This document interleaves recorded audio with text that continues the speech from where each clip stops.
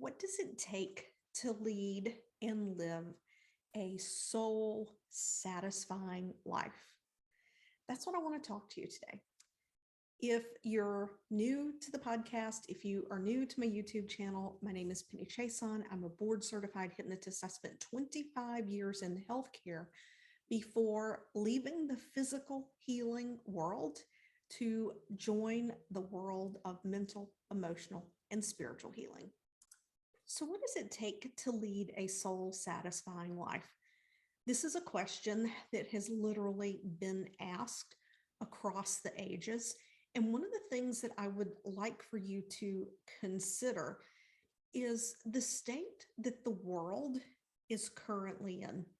This is a very interesting time that we're in, and I feel very optimistic. And the reason that I feel very optimistic is because a lot of people are waking up to the idea of coming home to themselves, a coming home to you, a coming home to me.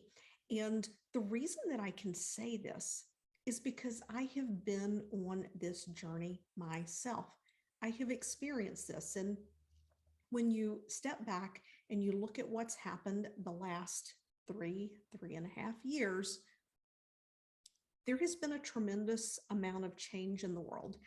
There has almost been like a reset, a recentering, and a refocus of attention onto what is important. The great resignation here in the US, this entire concept is very intriguing to me because I used to be one of those people, and maybe you resonate with this, maybe you don't, but I used to be one of those people that when I was in a job, I was always so committed to being my best. I was so committed to doing my best that I would go above and beyond. I went above and beyond all the time. I would literally find things that could be improved upon and make it my priority to work on these things, and sometimes on my own time. Now, there are a lot of things that go into that, but the great resignation goes back to there were these expectations placed upon us that if you want to get ahead, if you want to get ahead in life, you have to go the extra mile. You have to be willing to stay late. You have to take on the extra project, especially if you were a part of corporate America. That was, people were talking about climbing the success ladder, making partner at the law firm, what it takes to get recognized and to stand out. Maybe if you're a physician in an academic center. And these things are all beliefs and structures and paradigms that were passed down to us. And if you really want to look at the totality of the impact that this has had, people have had less time for themselves, less time for their families, unless they are sacrificing themselves to make sure that they have as much time as possible for family. Consider that. There are a lot of people who do that. They literally burn the candle at both ends. I know, because I used to be one of those people. Now, for me personally, when I was at home, I prioritized family over the house and things like that. Like I was never one of those people that had to live in a museum quality home, right? I did prioritize my family, but I would often sign up for extra shifts. I would take one for the team, right? I wouldn't want my teammates to suffer from being short staffed, so I would go in on my day off and work. That impacts our health. We don't have downtime. We don't have time to rejuvenate. We don't have time to recharge physically. So that's one aspect of the physical impact of the way corporate America success culture has been delivered to us, the definition of success that was handed to us. And what's happened over the last 3 years is that people realize that this is not valid. When we had lockdowns, people were like, wait a minute, I have had time to step back, to breathe, to enjoy my life. And yes, there's a lot of fear and concern in those things as well. But when you look at the continuum of welfare and health, and I'm speaking to the US because in Canada and Europe, they have very different structures around work and time off and those types of things. But if we really look at the growth of corporate culture, the growth and expansion of industry through the 1900s, you will notice that health declines. We may live longer, but quality of health declines increased. And that 90% of all doctors' visits are due to symptoms related to stress. So when we've lived this paradigm of overcommitting, when we've lived this paradigm that we have to show up, it has to be in a certain way, when we have created in our lives intense pressure to meet deadlines, we're engaging our fight, flight, freeze, or fawn response all the time.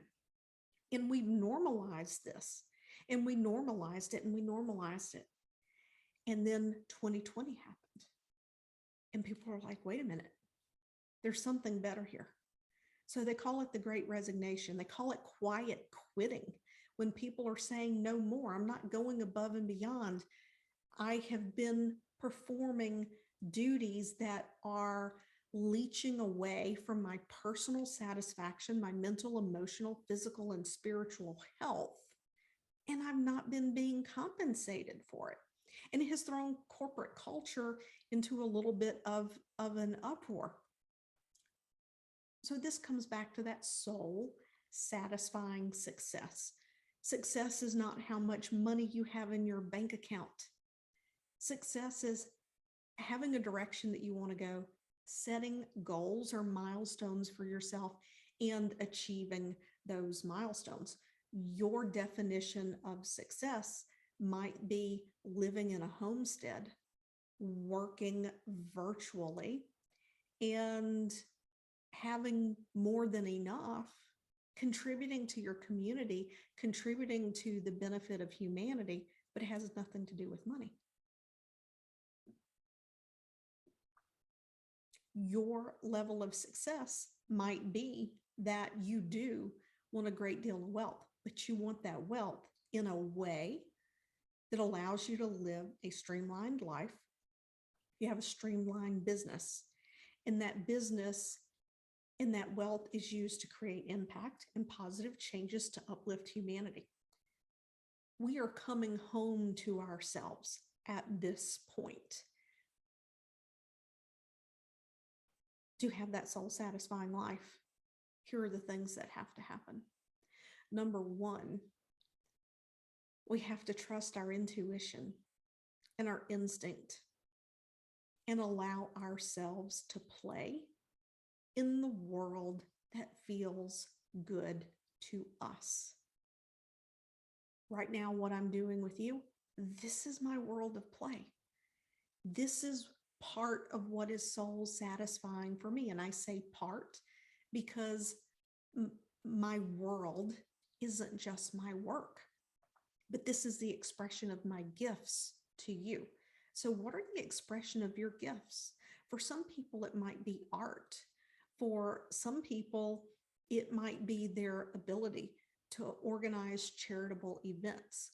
For someone else, their gift might be to have this inspired idea that creates immense convenience in other people's lives, because people value convenience. So that is service. Now, I'm not here to debate you one way or the other about the intentions or ideals of Jeff Bezos, but that was the entire concept that Amazon has evolved into, is convenience for people. So it's having impact, whether you agree or disagree with the degree of the gentleman's wealth and what he does with that wealth. That's another story. but the convenience serves humanity. So follow your intuition, follow your guidance. What feels good to you? The second thing that we have to do is when you follow that intuition, you're probably going to have stories come up. You're going to notice, I don't know, you could have feelings of guilt. You could resent having been told that you couldn't follow your dream. That is your soul satisfying life. Emotions will come up. You will begin to see things inside of yourself that are saying, hey, I am ready to be let go. I am ready to be healed. And there are many ways that you can do that, and you can do that release. But to get more in touch with that soul satisfaction, putting down these emotions around these events, these beliefs, these circumstances that don't serve you is paramount. So that is the subconscious work. It's also conscious work, because the things that we say to ourselves, the stories that we tell ourselves, will rewire our subconscious one way or the other. The third thing to a soul satisfying life is to reconnect deeply inside with yourself, to truly love yourself, to have an unconditional love for yourself. And for me personally, achieving that unconditional love of self is a journey that I am still on. I am in a much different place than I was a year ago, than I was 2 years ago, and especially from where I was 5.5 years ago.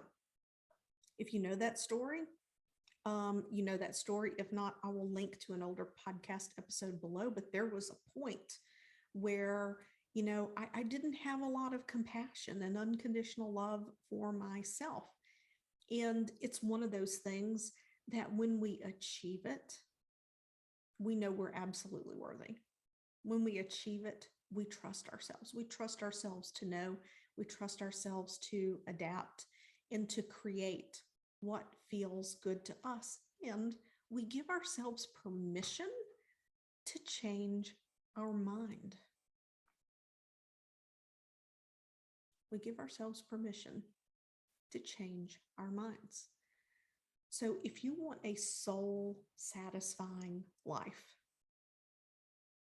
play, have fun, get curious, listen to your intuition. And if you're telling me, I don't have intuition, that doesn't happen for me, then the next step is the first step. And that is to look at the beliefs that you have around that, to learn to quieten your mind, to get out of your thinking brain and into your feeling heart, and to get quiet, to get silent. And for some people, that's really uncomfortable, to be silent with yourself. But I promise it is so much worth it. I would love to know your thoughts on this episode of Design Your Destiny. Wherever it is that you are seeing or listening to this today, I would love it if you would leave a review. If you receive the link in the email, hit reply, let me know what you think, and I will connect with you.